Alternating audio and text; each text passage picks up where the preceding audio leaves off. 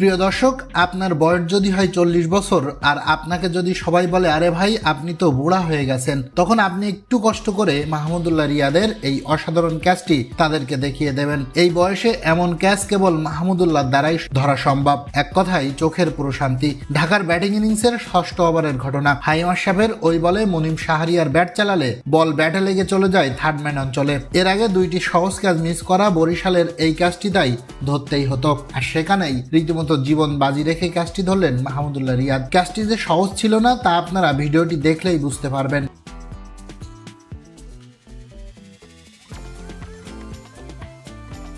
মাহমুদুল্লাহর এমন ক্যাচ নিতে দেখে মুশফিকের উল্লাস ছিল দেখার মতো। মুশফিক যেন বলছিলেন, মনে হচ্ছে ক্যাচটি আমি ধরেছি। সবশেষ বলতেই হয়, এই বয়সেও মাহমুদুল্লাহ রিয়াদ তরুণদের থেকেও এগিয়ে। বয়স যতই হচ্ছে তিনি যেন আরো বেশি তরুণ হচ্ছেন। প্রিয় দর্শক, বুড়ো বয়সের এই তরুণ রিয়াদকে নিয়ে আপনার মতামত জানান কমেন্ট বক্সে।